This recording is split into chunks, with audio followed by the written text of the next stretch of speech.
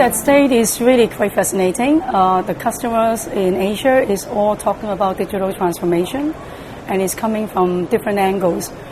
They can be coming from operations, they can be coming from customers, being more agile, how they can enhance the customer experience and services and all that. It can also be product innovations and of course IT infrastructure. So I think they really need to change, and the dimensions of how they will transform and change is actually happening everywhere within the banks. I think it's not about whether it is sufficient or not. I think it's how you transform, because fundamentally the banks has its whole business and they have all the back-end system which is working for many, many years, is fully compliant. And it's not the back-end that needs to change a lot of times.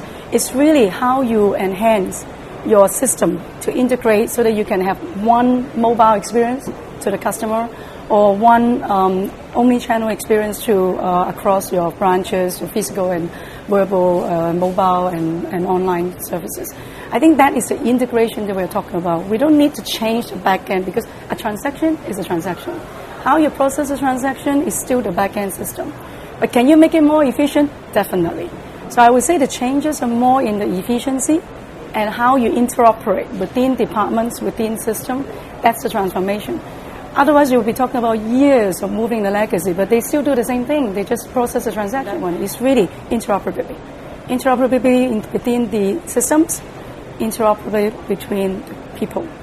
So within people, it's breaking down the silos. So it's a fundamental mindset and culture change.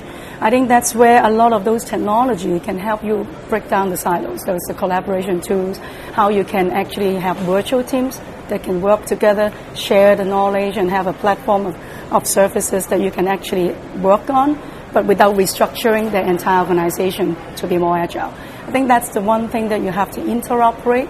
So the business people, like the sales team, has to work closely with the products team so that they can create new products. So you might put them together in a virtual environment so they can then brainstorm and they can innovate. But also the IT and operations support, how you can support the new products. So that's about collaboration. The other part about that is your infrastructure. You can't really use the yesterday's technology to solve today's problem. What do I mean by that?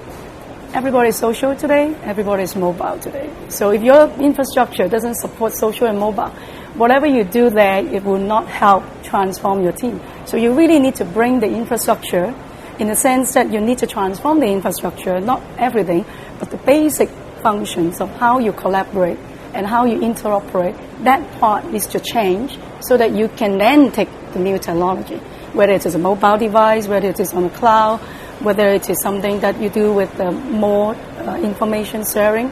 That's the part that needs to change. And that's how we see banks need to focus, not just online, but that infrastructure piece, which sits between the online and the back end. I think the key thing from bank's perspective is prioritize. I think nobody today has unlimited resources, unlimited money to put in a project. The key thing is how do you prioritize? So a lot of the transformation has to come from top management. So collaboration. I think a lot of the top of mind for a lot of CEOs is how can I maintain talent? How can I make sure my organization is agile? How can I break down the silos? And how can I make my team more efficient? So these are the things that you need to think about and prioritize. It doesn't really cost a lot of money, but it actually is a mindset change and culture change. So you can put the people together that they need to work together, and you have a platform for them to collaborate.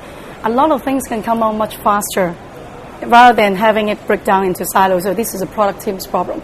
And the product team will develop something in silos that may not work with the sales team. So I think that is not the IT cost infrastructure which matters so much.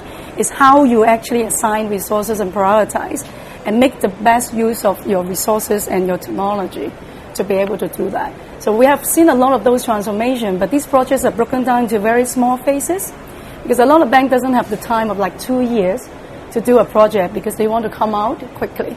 So we're seeing a lot of transformation within 3 to 6 or 9 months, and that's where they come and test the water. They want to succeed and they want to be successful very quickly. But at the same time, if they really fail, they want to fail very quickly.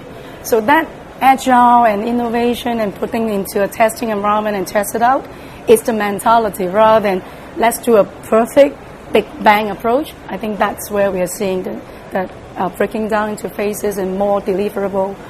They can also see the return on investments quicker and also test the water. Because today it's very difficult to say this is what we want, because everybody's in the transformation journey and the customer's requirements changes all the time. So that agility is the key, and I think that is an evolving exercise. It's not today's 1 year project. It may not be a 2 year project. It's an ongoing project. And how can you inject that energy and resources so that you're constantly changing and innovating? And that's why we're seeing a lot of changes and transformation in Asia.